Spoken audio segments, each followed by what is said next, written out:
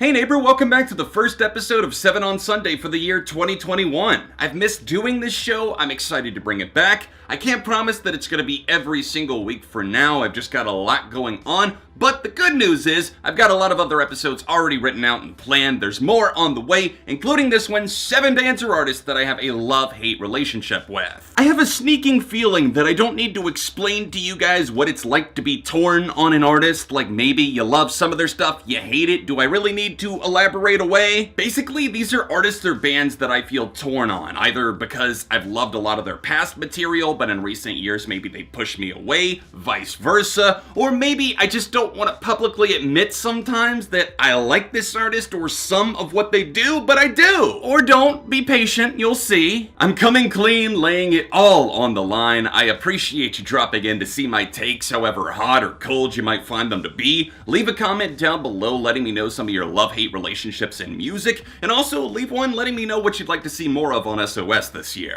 Leave a like while you're down there. Let's not waste any more time. Here we go, number 7.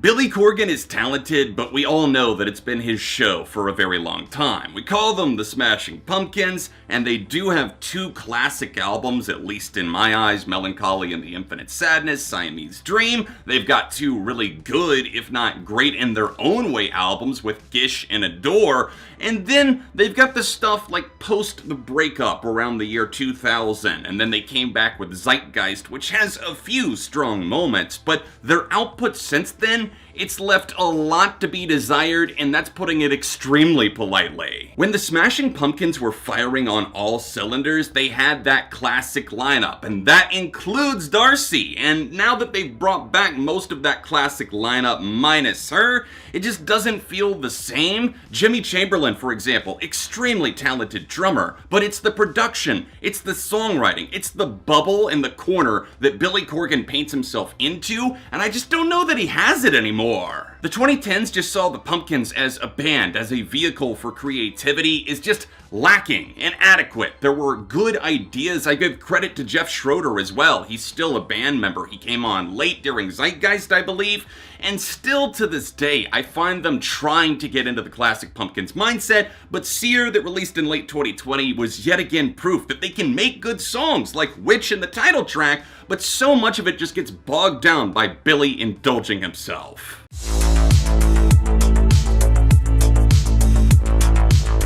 Eminem has always been a polarizing artist. He always has been, he always will be. It's due to the lyrics, his image, the kind of shock and horrorcore elements that he used to toss in, and something about Eminem's comeback post like the late 2000s and the Recovery and Relapse albums. It's been very different because since that hiatus and break he took in the mid-2000s, things have never been the same, and since then he's been thirsty to get back to the top of the throne and crown himself the king of rap, the rap god, if you will. But I don't think he's ever gotten there. So much of Eminem's early work I still really love. The Marshall Mathers LP, the Slim Shady LP, even some of the stuff off of the Eminem show I think still holds up. But then we got like Curtain Call, the greatest hits, and then he came back with a couple of weak efforts. Marshall Mathers LP 2 has its strong moments, and I can listen to that record. But I think that Eminem has kind of tried to take a lot of cues from modern music, and instead of trying to be different, he's kind of blending in. We saw that with Revival. He came back with Kamikaze, which I stand by as being a pretty great Eminem album that definitely has a lot of bangers, a lot of energy, and a lot of hatred seething from him, and he's taking it out on fans, critics, whoever else. But then he doubled back down on Music to Be Murdered By with some okay ideas, but messy production and very rough execution that sees him again trying to get onto the charts, trying to do what modern rappers are doing, but he's forgetting his personality and checking that at the door. Maybe I'm in the minority here, but I feel like with Eminem, one second I'll be getting secondhand embarrassment for the guy for something that he's made or said, but then another I'll be like applauding and saying, yeah, he's still the GOAT. From a technical level, you have to give him the fact that he's at least skilled. It's what he does with those skills that's so incredibly inconsistent and frustrating.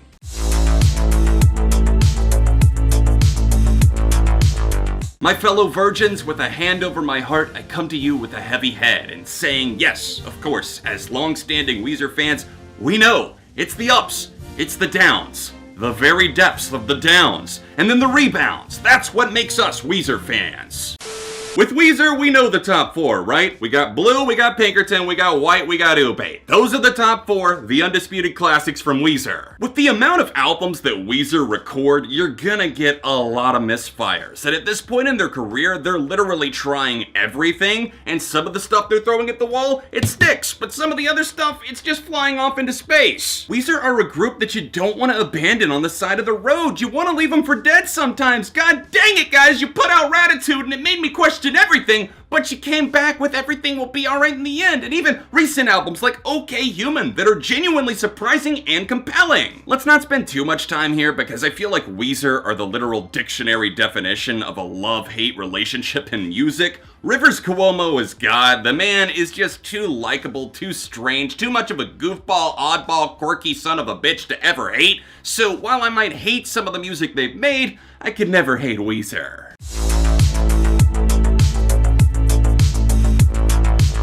Miley Cyrus is one of the most intriguing figures in music, and she's not even 30 years old. She's already dabbled with pretty much every genre under the sun, and not to say that she's pulled them all off, because obviously look what video you're watching, but I also feel that her talent is too immense to kind of be suppressed, and she's continuing to develop and break out, and I love to see that. For a long time, it seemed like Miley felt very unsure of what kind of music to make, or maybe what her fans wanted to hear from her, or maybe what she even wanted to create herself. I can't imagine the immense pressure of not only being a child actor on the Disney Channel and being Hannah Montana herself, but also growing up with the father Billy Ray Cyrus, your godmother is Dolly Parton. That's all kinds of pressure breathing right down your back. While there's been some very disjointed projects that I've not been a fan of at all, including Miley Cyrus and Her Dead Pets, and then some of the more cringeworthy hip-hop leaning stuff, including the She Is Coming EP, then she dials it back in with the rock leaning stuff and her cover songs, and her voice just cannot be denied. She is a powerhouse. I think she's one of my favorite vocalists that's living right now that's at least under the age of 40, and I think that she has this power about her to take a song, make it her own, and just come to that stage and make it come alive. When you come from a family of music like that, I think that there is some sort of inherent talent that maybe gets passed down through genetics, and I think she got all of the best traits. It's just that if she can continue with the stuff that she's doing right now, her voice is suited for rock and roll. Miley is a rock star. Run with the Nine Inch Nails covers, run with the Cranberries cover, run with the Mazzy Star covers. Whatever you want to do, just keep on rocking, and I think things are going to get even better.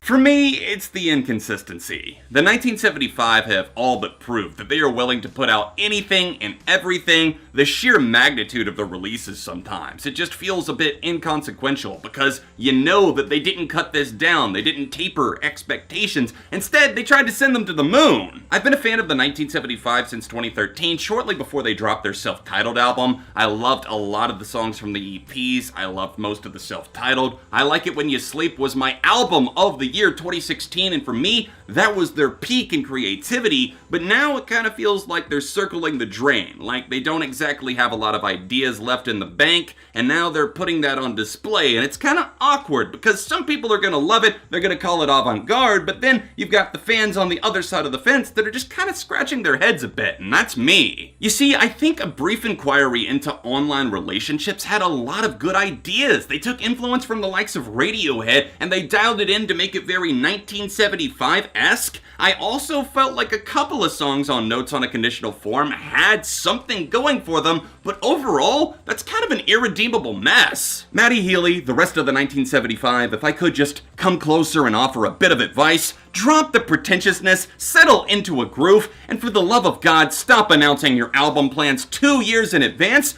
Maybe the pressure would go away if you didn't put it out into the world that, oh, we're gonna have a 22-song album that year. Well, everybody's expecting it now. Or if you could just be like a normal band, maybe just say, we're working on music and it'll be out sometime.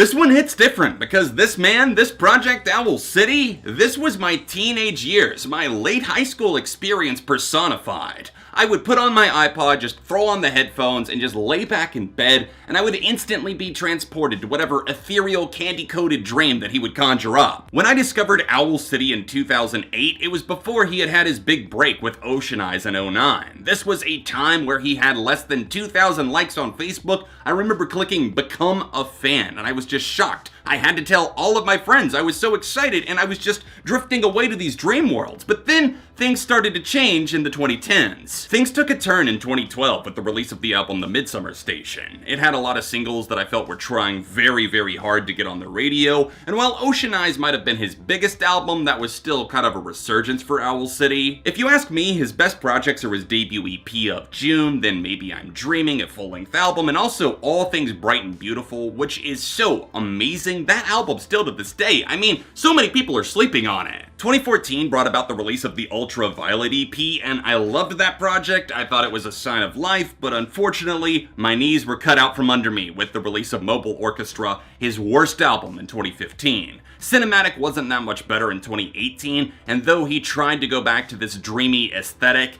it felt very forced to me. It didn't feel as good as it did. It's like when you go back to childhood nostalgia and you're like, I used to love that, but now it doesn't get the job done.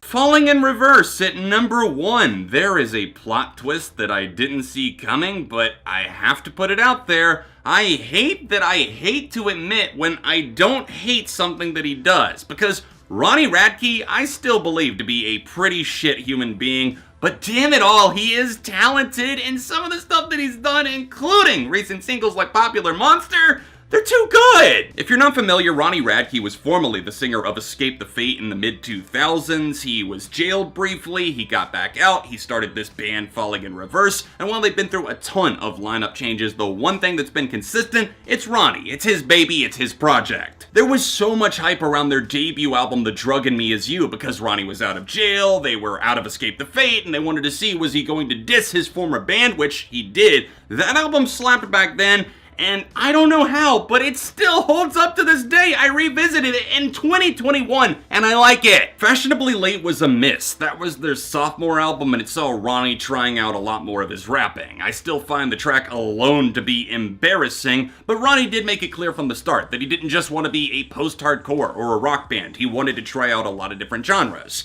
And then they bounced back with some sleazy fun on Just Like You, but then they got lost in space on Coming Home. Popular Monster landed in late 2019, and that's probably the best song that Falling in Reverse have ever made. The breakdown on that song is insane! Ronnie Radke has really pushed the line for me when it comes to separating the art from the artist, but he also knows how to intrigue the listener, and for that reason, I continue to check out new stuff they put out, and even if that continues into the future and Ronnie gets better at rapping and blending that with rock too, then I guess I'm casually on board and optimistic. Wow, that was a video. That was very interesting. That's just out in the world now, but thanks for watching. Don't forget to hit that like button and let me know in the comment section down below your thoughts on my list and any artists you might have a love-hate relationship with. If you want to see another episode of 7 on Sunday, then tap here for another recent review, socials in the description, and I'll be back soon with more on ARTV.